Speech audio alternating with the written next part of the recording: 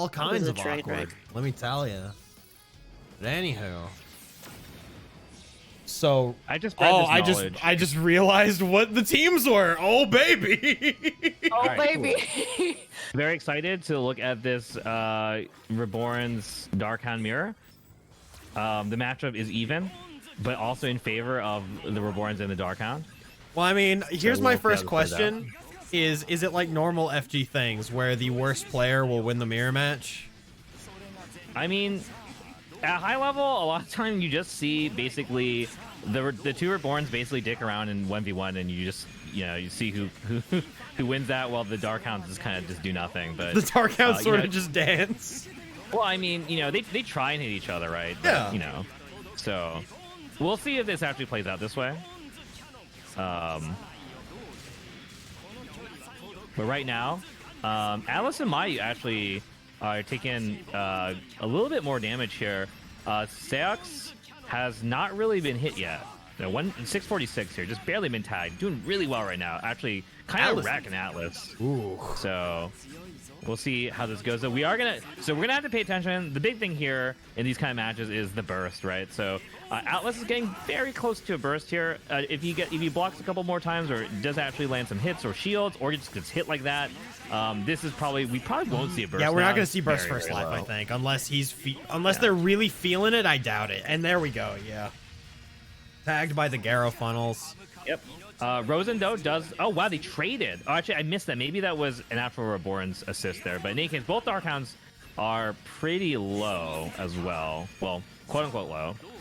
Mayu at 262, Rosen at 300, eats a assist. God, they're just training with each other. So both Darkhounds hit each other with their melee assists, omni-counting each other.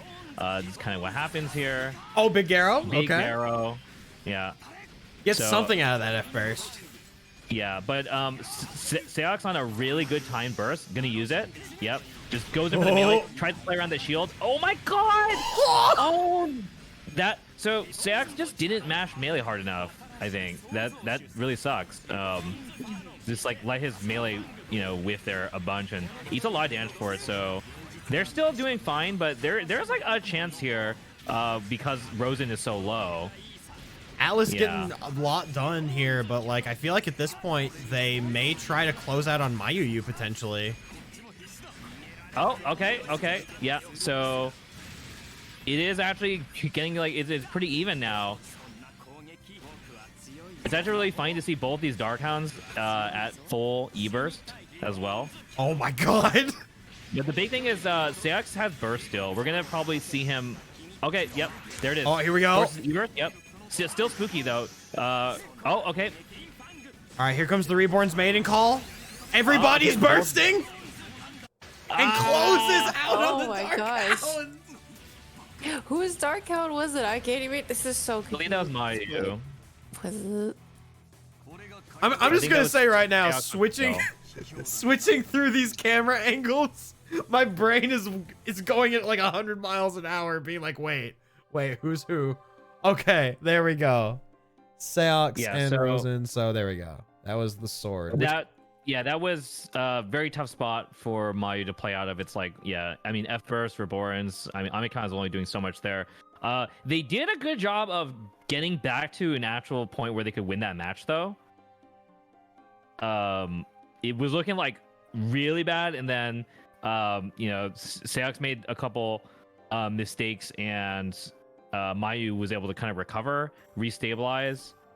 But at the end, like they were like the tempo. I think with Seox actually having burst and Atlas not having burst was the big difference. For sure. Yeah, so like I mean, Atlas needed to slug it out a bit more to build that burst basically, and obviously the enemy team's not gonna let him do that. So good stuff from Seox and Rosen. It looked like the Darkhounds were very, very even.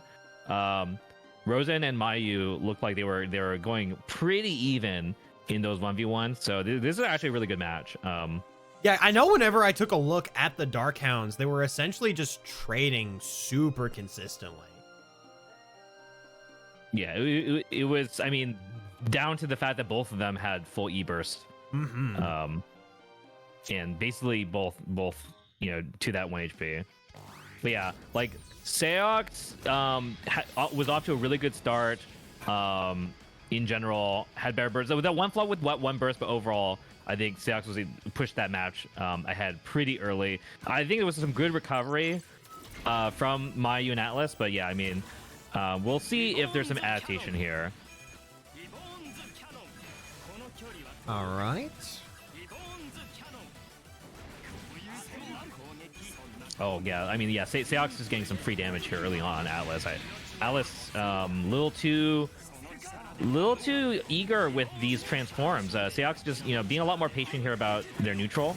And yeah, wow, no, okay, Seox is just wrecking. Oh no, drop the ender. All right, here we go. So we're in this weird spot now where Atlas is actually possibly positioned in a better place, because if they can get to their burst first and push seox lower, that can actually be huge and push them out of the range. Oh yeah, okay. So both have it here. All right, seox definitely wants to try and use their both players basically want to try and burst. Yep. Okay, here's Atlas's burst. Runs into the Gagas. Okay. 157. Is he going to pop it? Still use theirs. 157 is totally fine. All right, here we go. A little far, but fighting burst really strong. Oh, bad whiffs on the melee. Yeah, the same thing happened. That happened in the previous game too. Just kind of let it rip really long, get punished for it. So it does go down before Atlas. So Atlas with a big recovery here. Atlas will go down, but I think got a little bit more of the burst than seox did. Mayu actually uses that defensive E-burst pretty low though. Rosen also actually, again, they're like pretty even. Mayu getting a little lower than 105 compared to Rosen, who's at like 200. All right, Dark Hand choosing to back off, re-engaging with Mayu. Yep, seox at 480 is gonna get one more burst probably. Can get a third with a lot of effort, so we'll see. Nice. Yeah, gets that cannon melee landing punish. Has been favoring that a decent amount. Yep, doesn't even bother looking, just goes off to finish the Dark Hound. Wow. Man, and I believe that's 2. Let me double check that to be sure, because my brain always has to double check, and yeah, it is. Yeah, so yes. Mayu gets picked off again. Seox, yeah, looking really solid, really asserting that dominance in the Reborn's neutral in the mirror. Ooh. Like that was pretty much like we pretty much just watched 1v1s. Like, I mean, it was double 1v1 like happening almost the entire time until usually the very end when they choose to close. If like, yeah, I mean, we're seeing some stuff with burst and team stuff, but a lot of the damage is being dealt by this Reborn's 1v1. Seox definitely really pulled ahead there for sure. And while the Dark Hounds are just kind of trading with each other. Also, random thing in chat, by the way. So we found out what the reference was to Sword, I guess. It was to a music. No, what is it was to a musical group called High and Low. Okay, sure, yeah, High and Low. Yeah, which I do not know that, but that might be something to look into for me later, I suppose. Oh no, you wait, are you talking about the High and Low I'm thinking of? I do not know about these dudes, but they look like a boy band or something. I see them on motorcycles, actually.